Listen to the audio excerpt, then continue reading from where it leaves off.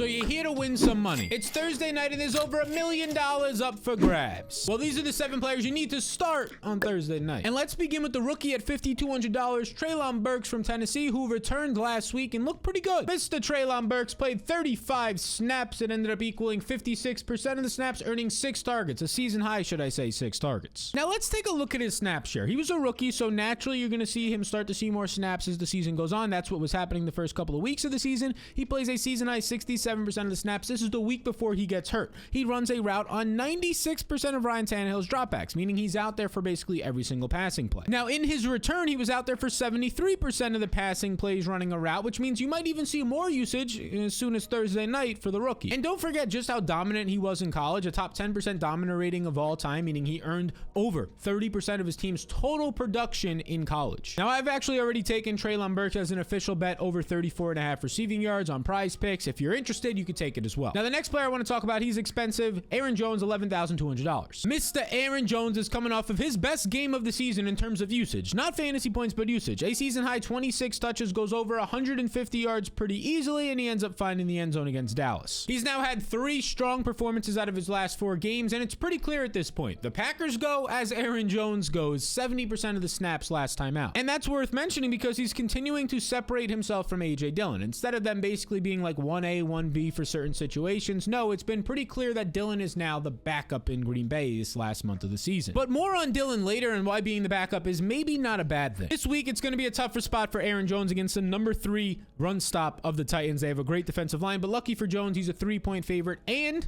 he has a nice offensive line, and he's a lethal pass catcher. You see, Jones ranked 7th in running back targets this year, over 4 per game. It's a nice situation for Aaron Jones because he has multiple outs to his game. If it's not working on the ground for his 12 to 15 carries, well, you're probably seeing a 6-target game. And we know he's efficient on a yards per touch basis, one of the best backs out there. He's a solid pay-up option on the slate. Maybe my favorite pay-up option. Let's talk about now a wide receiver. And it'll be another rookie in Christian Watson who broke out this past week. Everybody saw it happen. 3 catches on 4 targets. All 3 go for touchdowns. He has over 100 yards. 84% of the snaps is the big one here. He was a clear starter over Sammy Watkins in this game. The production was great, but yes, it is sticky because of the snaps and route runs being high. And as you can see right here, not only did the snaps come through, but look at this. The targets right here, 8 targets on 19 total targets. 42% of the Packers' targets is unreal. It's the most for a wide receiver this season in Green Bay. And for reference, Devontae Adams averaged like 35% of the targets last year. So 42% in this game, yeah, that means something. Long story short, it means Rodgers trusts him, was continuously going to him even after he dropped his first 2 targets on the night. And let's not forget how much of an athletic freak this guy is. Only Julio Jones, these are his workout metrics, right? 96 percentile means top 4 of all time in speed, top 5 all time in burst,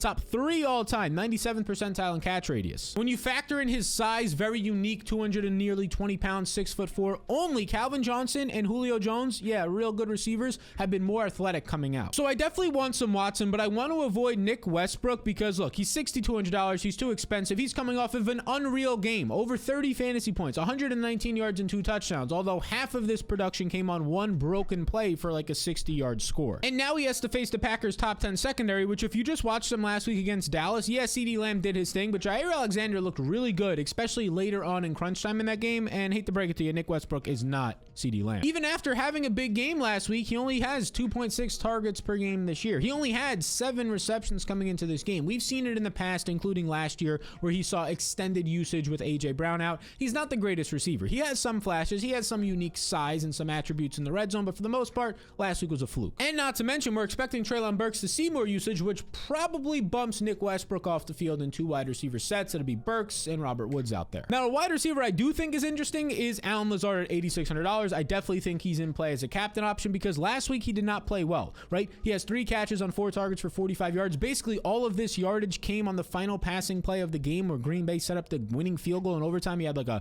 25, 30-yard reception. Now, he was facing a tough secondary in Dallas, specifically Trayvon Diggs, who's been solid, and Lazard, look, he's not a fantastic man beater in one-on-one matchups, so when they take him out, it was Watson who had the big day, which means likely lower ownership for Lazard here. But let's not hold this against Lazard. He only had 4 targets, yeah, but they only threw 20 times in this game, and one of them was a throwaway, so really only 19 actual targets out there. It was still a solid game in terms of earning targets for Lazard. Very quietly, in 75% of his games this year, he has 100 yards or a touchdown, 7 or more targets before this past week in 5 straight games. In the DFS blueprint, I have Lazard projected for over 55 yards. He's only at 48.5 in his player prop. I take the over here. You can too with the link in the description down below on Prize Picks. Now let's talk quarterback. Going with Ryan Tannehill at $9,600 really isn't something I'm looking to do. I mean, he just lacks upside. This team ranks 30th in passing plays per game. We know they want to run the ball. It'll be 20 degrees in Green Bay. He doesn't have the greatest weapons. And when they get in the red zone, right, where you can actually get some touchdowns, nice points for the quarterback, not really happening. They just run the ball with Derrick Henry, 27th in red zone attempts. Now, Tannehill did just come off of his best game of the year for fantasy, 19 points. But again, a lot of that came from a 60-yard broken touchdown play. He threw 36 times in the game, something that they're not going to want to do entering this one. Expect 28, 30 passes. Expect probably 13, 14 fantasy points. Not something I'm looking to get to. Now, on the opposite side of the game, you have the other quarterback, and that's Aaron Rodgers at $10,400. A little bit more expensive, but he's more worthwhile compared to Tannehill. Because Rodgers is seeing a lot of interesting usage. He's thrown the second most deep attempts this year. That's pretty encouraging. And he's throwing a lot in the red zone, 7th most in the red zone. This just leads to opportunities for big plays that Tannehill just isn't showing right now. Rodgers also has a running back in Aaron Jones who gets a lot of yards after the catch and just discovered this Christian Watson last week. So big plays are now maybe going to come a little bit more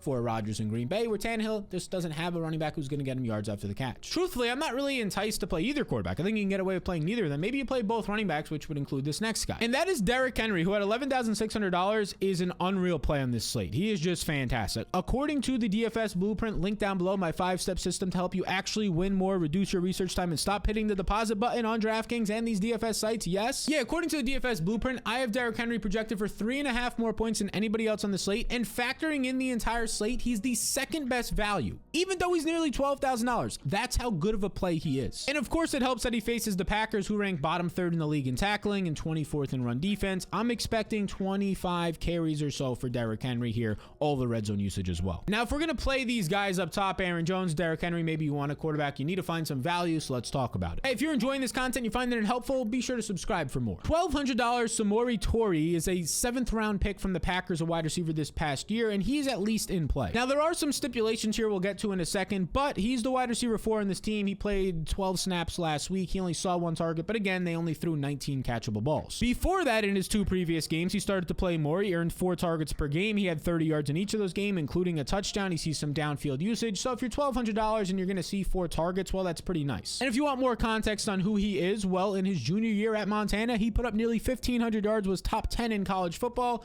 That's why he was drafted. But, and this is a big old booty, I do not believe he's going to see as much usage because there's a chance Randall Cobb returns. And Randall Cobb is only $200, completely mispriced because they probably assumed he had no chance in playing, but there's some nice news. First of all, Randall Cobb's coming off the IR, meaning he's eligible to return. And in an interview, he said he would have played last week, but based on the IR rules, you have to miss 4 games. So it looks like he might be returning. And a reminder, the last time we saw him play a fully healthy game, well, he ended up putting up 17 fantasy points, 13 targets. Aaron Rodgers was screaming for him to play more, and he played a season-high 65% of the snaps. Now, if he returns, there's a good chance he's limited on Thursday night, a short week. He was just on IR as an older player, but even if he's limited, maybe that's just to a red zone role where Rodgers trusts him, and he's just $200. He becomes the best value. So those are some decent values in the Packers. Let's talk the Titans side. You have $3,200 Dontrell Hilliard, who is a tough play right now, but he's seeing usage. I mean, last week alone, he played 26 snaps, the clear RB2, as the rookie Hassan Haskins saw just 2 snaps, and he played very similar snaps to Derrick Henry in this one. Unfortunately, he's seen just 4 carries over the last 2 games. Odds are he'll see maybe 3, 4, if he's lucky, 5 touches if they get behind and they need him to catch a couple passes in this one. Now, maybe more of a fun fact for you, but for the 2nd straight year, he ranks 1st in true yards per carry, meaning he's literally the most efficient running back on the ground since the start of 2021. There's some fun bar trivia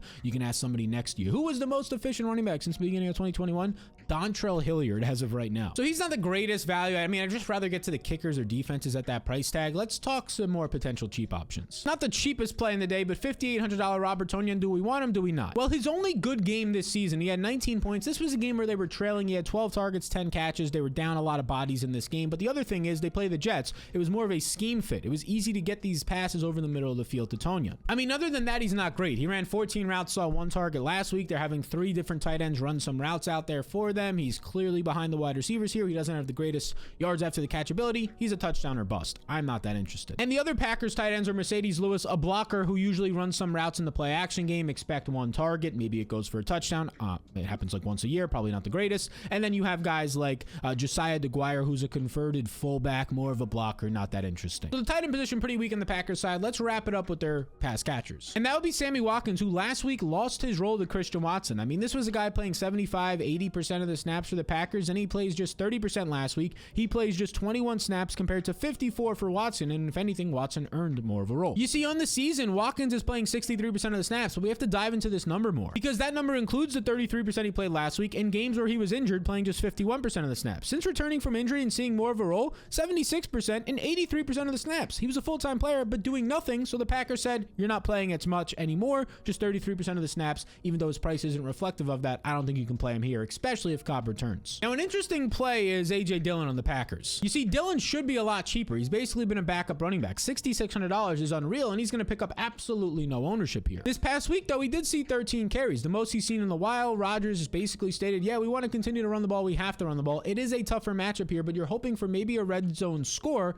as 3-point favorites are projected for over 3 touchdowns. Now, the big concern with Dillon in general is the expectations have changed. This team is not as good. They're not playing from ahead as much, right? He's not seeing as much usage because Aaron Jones has been fantastic, and he's not catching passes. I mean, when Dillon was catching 2 or 3 balls a game, it made him serviceable, but he's only running 10 routes per game, and if you're lucky, he catches a ball, something he didn't do last week. My favorite spot to get exposure to Dillon is just in the prop market. I actually took this as an official bet. Treylon Burks over, we talked about earlier, and A.J. Dillon over 34.5 rushing yards. You can combine those two for $50, and you can win up to $150. I took this on PrizePicks. You actually get a free bet up to $100 with a link in the description below. You click that link and you use the code SAL22, that's SAL22, and they will match your first bet up to $100. So if you put in 20, you get 20 right back, a free bet. You put in 100, you get $100 Rooskies right back for a free bet. Use it or lose it right now with the link in the description below. Another player in this mid-range who's overpriced, maybe similar to an A.J. Dillon, is Robert Woods, because he just looks absolutely abysmal right now. Robert Woods ranks 72nd in wide receiver efficiency. The guy is maybe, if he's lucky, catching a ball in a game. Something, again, he really hasn't been doing lately. He literally has 4 total catches over his last 3 games, and now Nick Westbrook just broke out a little bit last week, and Treylon Burks is going to start to see more usage. To make matters worse, he has a more difficult matchup, and the man is only top 40 receiving yards once this year. He's not worth the price tag. I mean, we are really struggling for value on this slate, so $4,600 Austin Hooper is just naturally in play coming off of his best week. He played his normal snaps, but he ran more routes. He ended up going out there running a season-high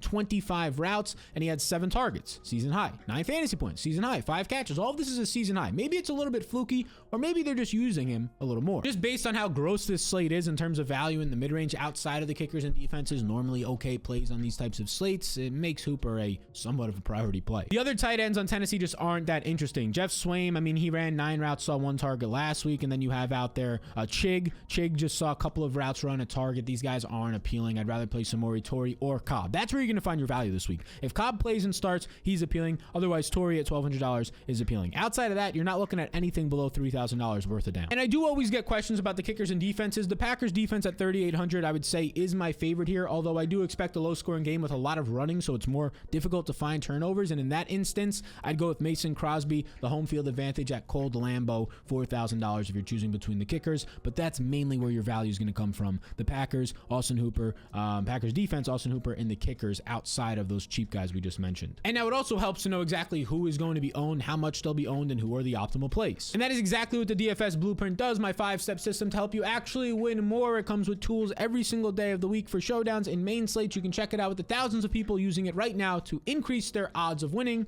reduce their research time, just win more dollar Rooskies. Simple as that. Link in the description below. If you've enjoyed your time here, take a second to hit the subscribe button, and we will be live for this slate at 6 p.m. East Coast time on Thursday. When you subscribe, you'll be notified of when we're going live.